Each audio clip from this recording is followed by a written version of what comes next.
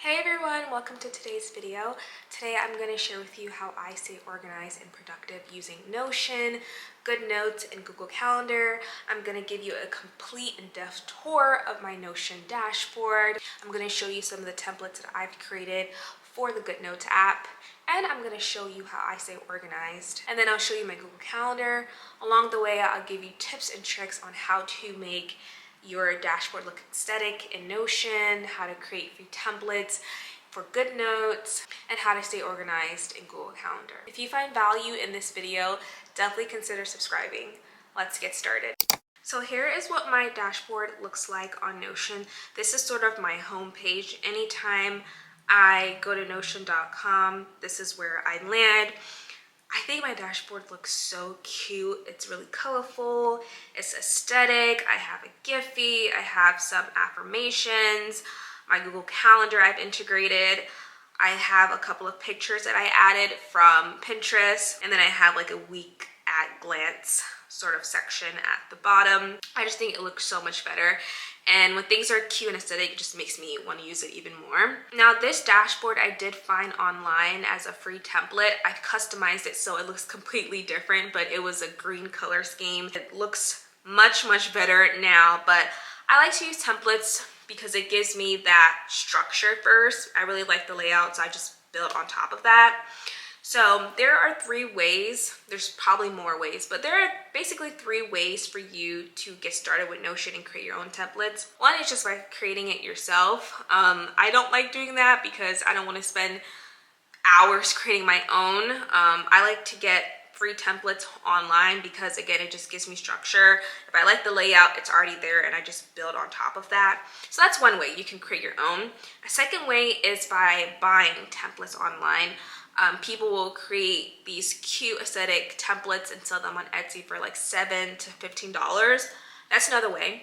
But if you don't want to create your own and you don't want to spend money, you can get them for free. And I'm going to show you how to do that right now. You go into Google and you search Notion free templates and click on the first Notion link where it says choose from 10,000 plus Notion templates, and then boom, you can get templates. So there are several categories here: work, school, personal. Let's just say I'm in school and I want a school template to keep track of all my courses, my grades and assignments. You can click on school, courses, and then you can filter it by free templates.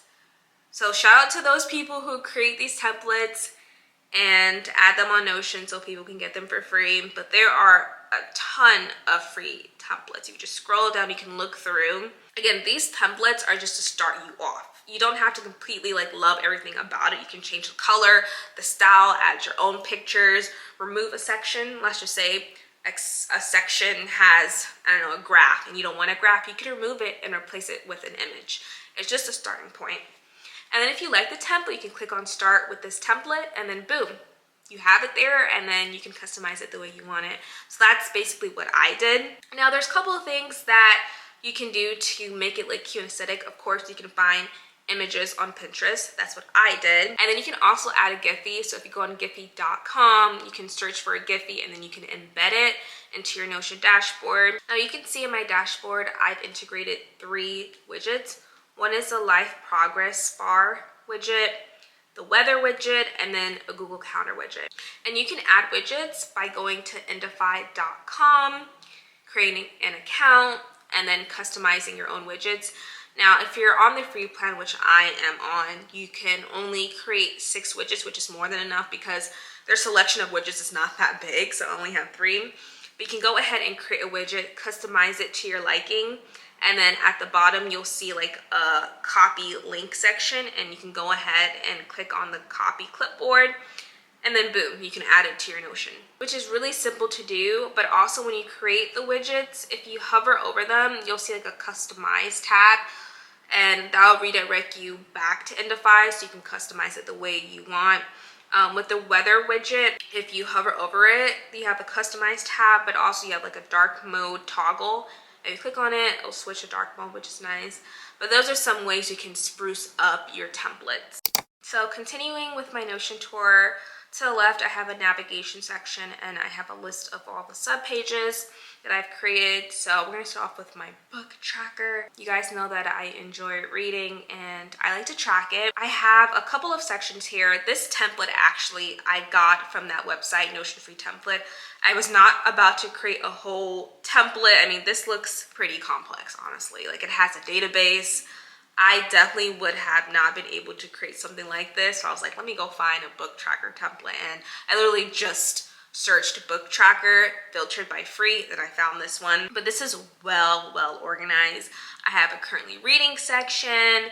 I have properties when I create a new entry, like the author, the image, the genre. It calculates my progress. I can add a rating. I can add some notes. So that's nice. I have another section here called library. I can see all the books that I've read, what I want to read, the genres. And when I click on a genre, I can see the books associated with that genre, which is really nice. So it's another way to stay organized. And I can see the authors. And if I click on an author, I can see those books that they've written. Moving on to my travel planner page. You guys know I enjoy traveling, but traveling can be very hectic, so I like to stay organized. I found this template on that page. There's 3 tabs here. I have an upcoming tab, which are my upcoming trips, my visited tab, which lists all the countries that I've already visited, and then I have a wish list tab.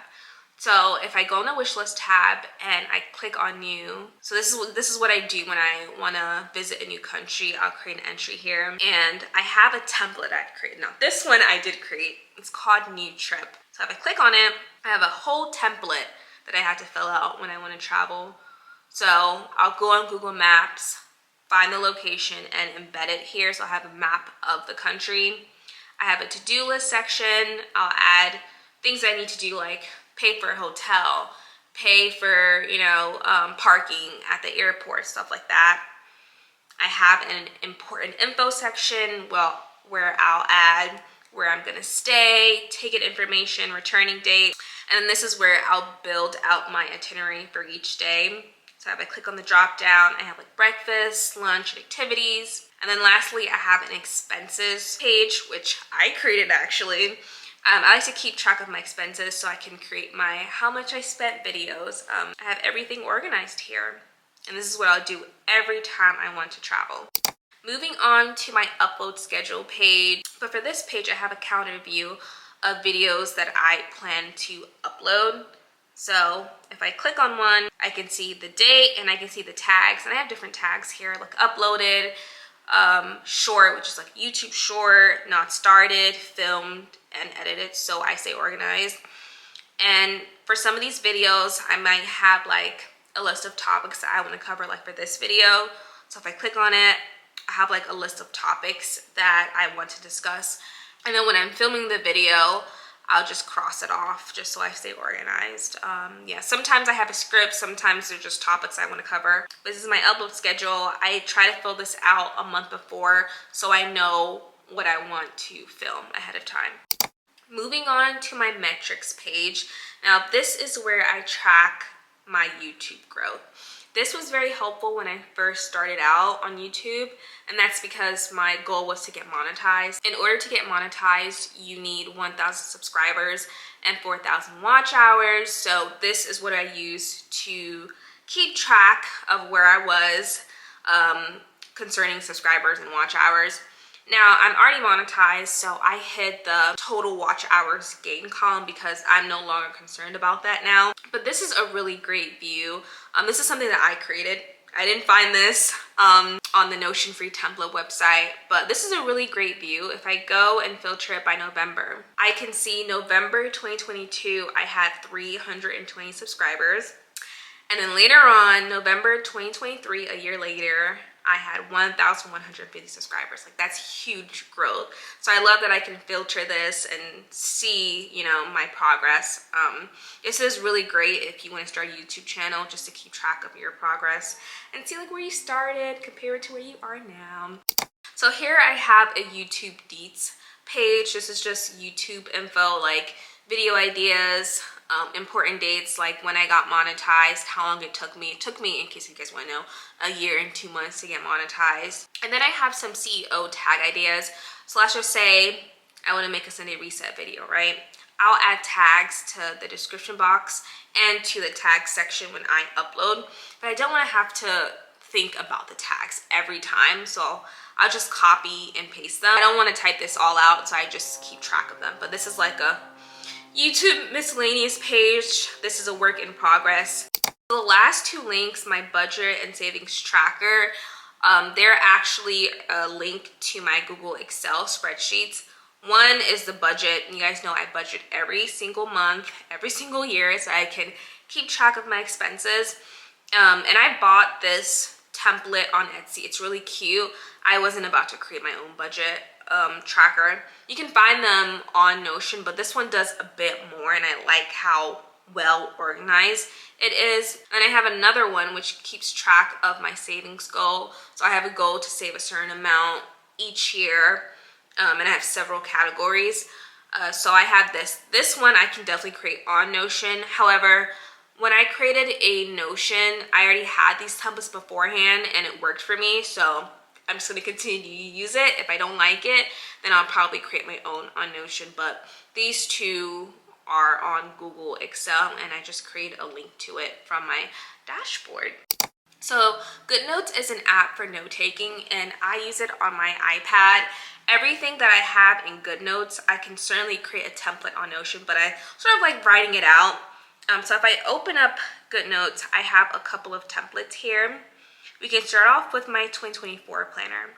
So for GoodNotes, I paid $30 for the app, but I have it for a lifetime. I have it for forever. And they have templates that you can pay for. But you guys know I was not about to pay for that. So what I do is I create them on my own using Canva. You go to canva.com, you can create posters, flyers, etc. And I've created my planner there. So if you go to Canva and you click on poster, right, and you search cute aesthetic planners, just planners, you'll find just a list of planner templates you can use. When you find the one that you want, you can customize it, change the text, change the font, whatever you want, and then you can export it as a PDF. And then when I go on to GoodNotes, I can import it. And that's what I do. So for this one, I have a 2024 goal planner, which I created on Canva.